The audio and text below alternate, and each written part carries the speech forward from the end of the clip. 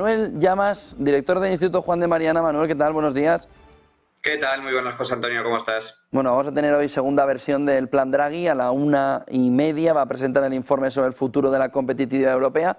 ¿Qué se puede esperar del Plan Draghi con lo que ya vimos la semana pasada el lunes?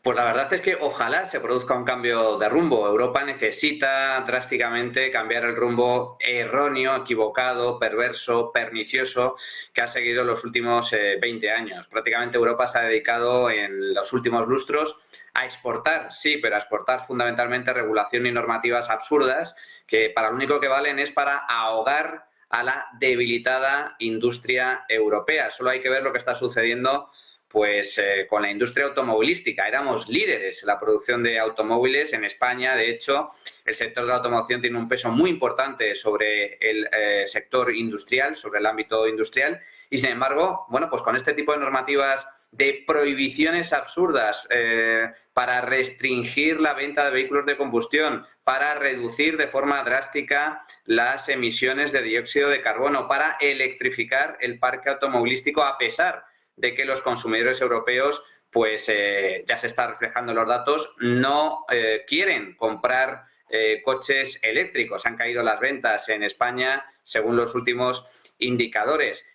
Con este tipo de políticas climáticas, el Pacto Verde, que ha destrozado, que pretende destrozar el sector primario. A nuestros agricultores y ganaderos bien lo saben, durante los últimos meses se han manifestado en las calles en media Europa, en todos aquellos países donde el sector primario tiene un peso sustancial, quejándose de que ese tipo de normativas acabarán no solo por encarecer de forma artificial los alimentos, sino directamente por generar pérdidas en las explotaciones agrícolas y ganaderas, obligando a este sector, a buena parte del sector, a tener que cerrar. Y sin embargo vamos a seguir importando productos alimenticios de terceros países que no siguen ninguna de estas directrices. Por lo tanto, en materia de energía, ¿qué decir en materia de energía, José Antonio? Los europeos pagan el precio de la electricidad de media entre 2 y 3 veces más cara que los norteamericanos. Y el gas, el precio del gas en Europa es hasta 4 y 5 veces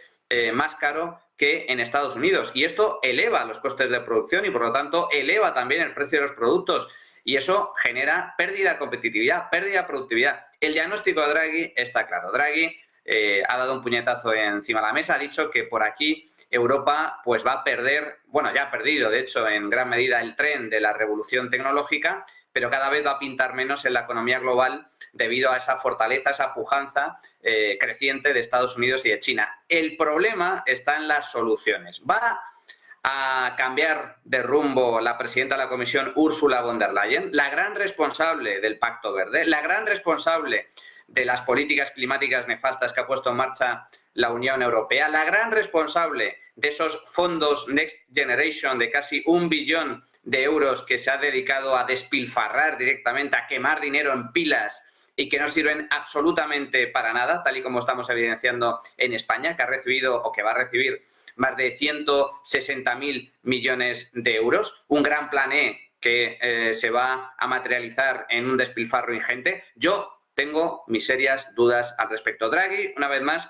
acierta en el diagnóstico, sí, pero las soluciones que aporta o bien son insuficientes o bien son erróneas, y las que son acertadas, como por ejemplo eliminar regulación absurda, tengo muy serias dudas de que la Comisión Europea las lleve a la práctica.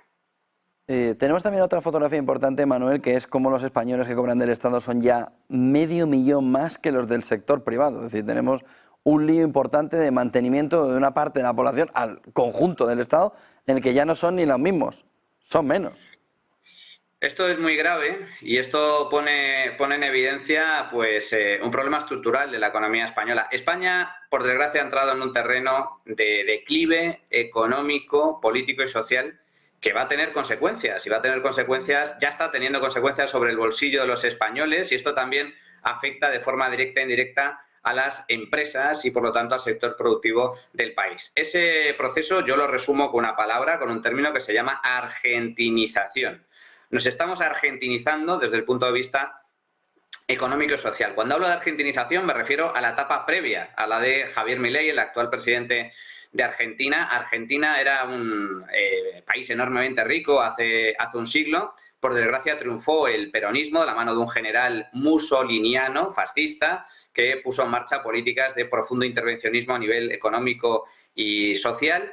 Se pusieron en marcha todo tipo de planes de gasto público, de ayudas, incremento de déficit, incremento de deuda pública, un fuerte intervencionismo y control estatal de empresas y sectores con regulaciones de todo tipo, y Argentina fue perdiendo su brillo de forma paulatina. Hoy es prácticamente un país en vías de desarrollo, con casi el 50% de la población en una situación de pobreza. Cuando hablo de pobreza real, no la pobreza que tenemos aquí en España desde el punto de vista estadístico, que no deja de ser una indicador que refleja el porcentaje de personas que no alcanzan un determinado nivel de renta en comparación con la renta media, ¿no? Cuando hablo de pobreza en un país como Argentina, hablo de hambre, hablo de estar en serias dificultades. Bueno, ¿cuál es la cuestión? Pues que en Argentina se dedicaron, por parte del Estado, a machacar a un sector productivo cada vez más menguante a base de impuestos y regulaciones absurdas, que lo que hacía era reducir los beneficios o hacer que quebraran muchas empresas, mientras aquellas empresas que ganaban dinero iban siendo esquilmadas, literalmente, desde el punto de vista fiscal, con impuestos de todo tipo. Argentina es uno de los países de Hispanoamérica que tiene más impuestos sobre las empresas, sobre las familias, sobre el consumo, en general más impuestos de todo el continente americano. Bueno, algo parecido pasa en España. En España, en los últimos años nos hemos dedicado precisamente a eso, a esquilmar a la clase trabajadora, a la clase productiva, a los autónomos, a los asalariados, a las empresas, que cada vez se ven ahogadas por regulaciones más absurdas e impuestos más altos, y al mismo tiempo el Estado lo que hace es intentar comprar votos, tener votos cautivos. ¿Cómo? Mediante un disparatado aumento del gasto público lo que hace básicamente es extender el nivel de prestaciones, extender el nivel de subsidios, extender en definitiva las paguitas, las famosas paguitas que existen en España, es decir, vivir a costa del Estado, a pesar de que en España hay millones de personas que pueden trabajar perfectamente, no tienen una enfermedad, no es gente con discapacidad de ningún tipo, es gente que no tiene necesidad de trabajar porque el Estado le da una paguita, le da un subsidio, le da una prestación. Y como consecuencia de ello, tenemos pues un ejército creciente de personas que están perfectamente cualificadas o perfectamente capacitadas para poder trabajar honrada y dignamente, y sin embargo son mantenidas por la otra parte de la población, que cada vez es más pequeña. Esa es la realidad en España, y eso también se aplica al ámbito de las pensiones. Este gobierno, de forma absolutamente irresponsable, absolutamente demencial, de la mano de un ministro, el señor Escrivá, que ha sido el peor ministro que ha tenido la Seguridad Social en toda la historia del país, hoy además ha sido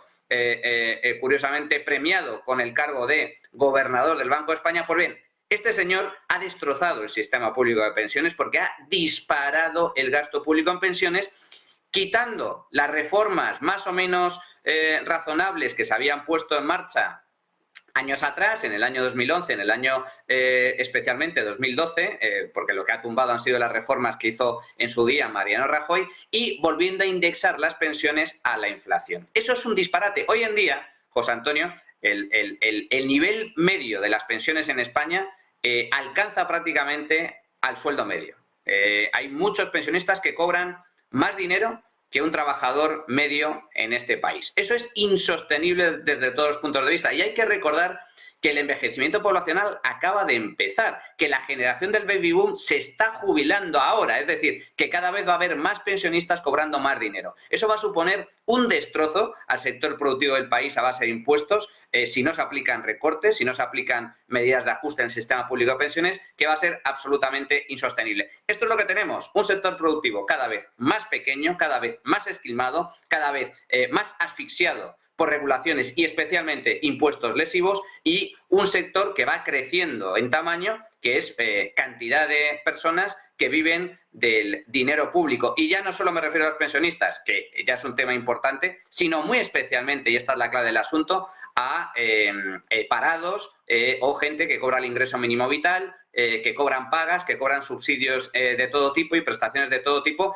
que es increíble, que es algo único en el mundo rico, porque ¿cómo se explica que haya tantos sectores que necesitan personal que no encuentran trabajadores? Porque no ponen ofertas y no hay gente dispuesta a trabajar, y sin embargo sigamos manteniendo a más de 3 millones de personas sin trabajo, en paro.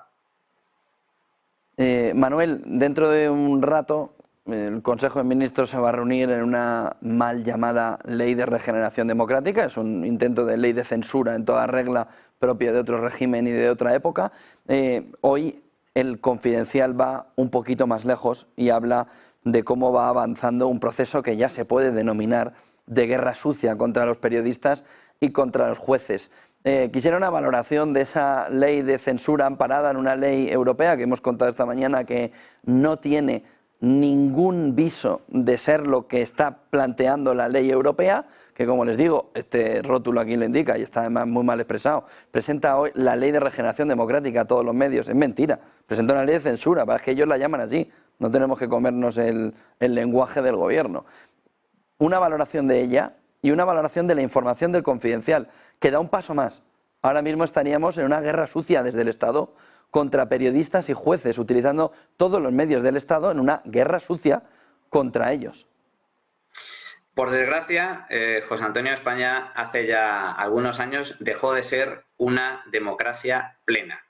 En el mundo hay casi 200 países en términos globales, pero dentro de esos 200 países apenas hay una treintena, poco más de 30 países que se pueden considerar democracias plenas, sólidas, estables.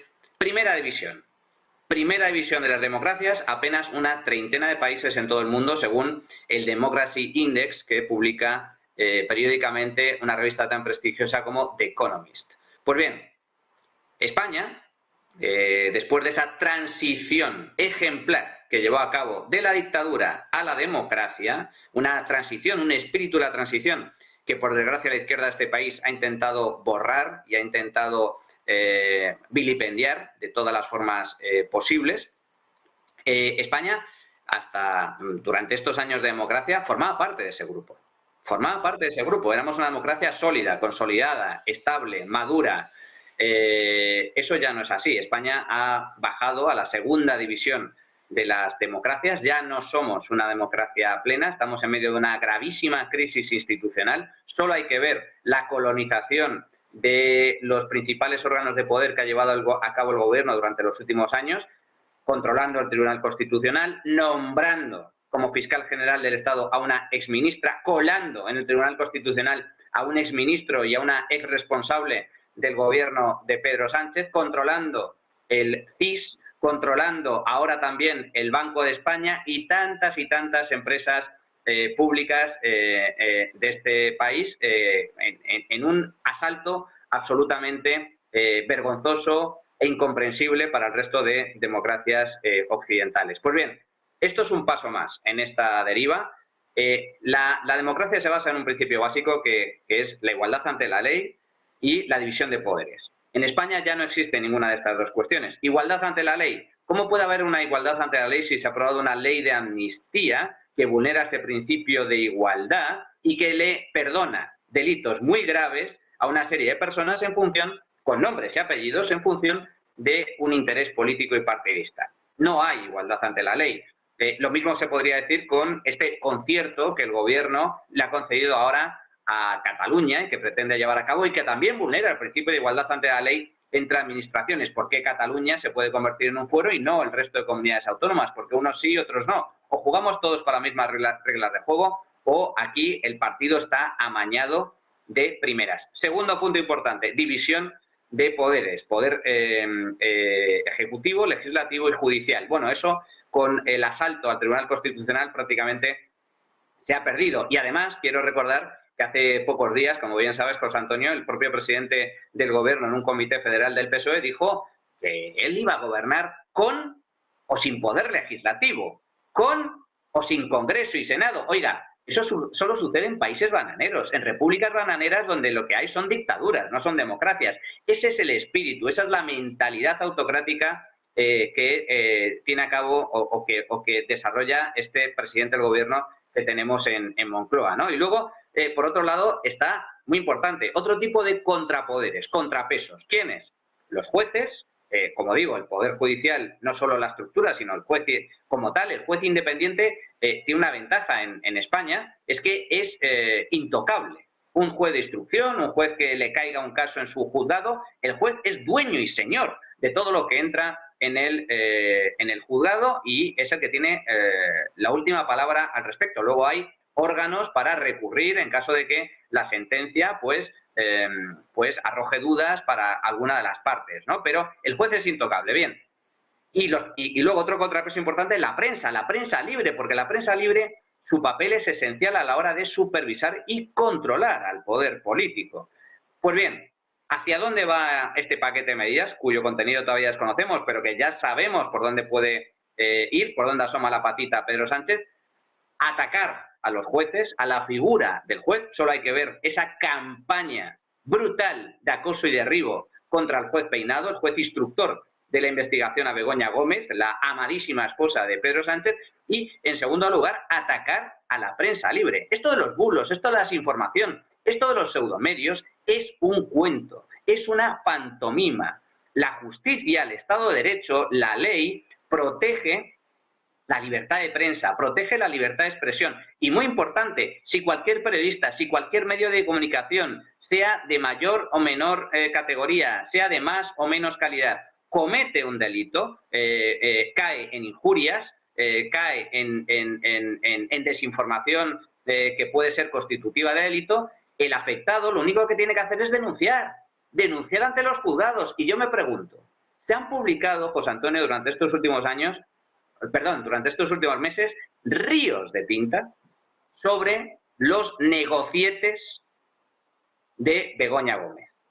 Que habrá que ver si son legales o no son legales. Desde luego son indignos, son vergonzosos, pero habrá que verlo, se está investigando.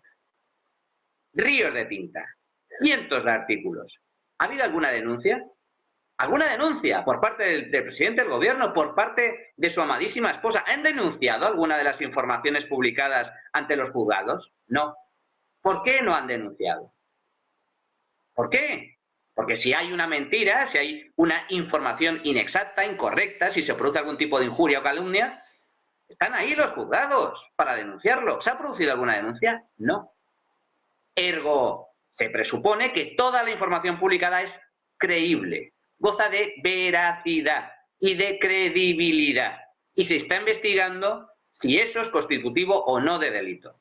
¿Qué es lo que ha hecho el gobierno y qué es lo que pretende hacer Pedro Sánchez con esta campaña para acallar a los jueces o amenazar a los jueces y acallar a los medios críticos? Precisamente eso.